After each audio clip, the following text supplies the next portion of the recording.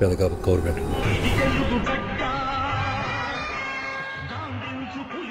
నువ్వు కూడా రామారావు గురించి వచ్చావు మామా? రామారావు కోసం రాలేదురా, పెద్ద బాబు కోసం వచ్చాను నా కొడక.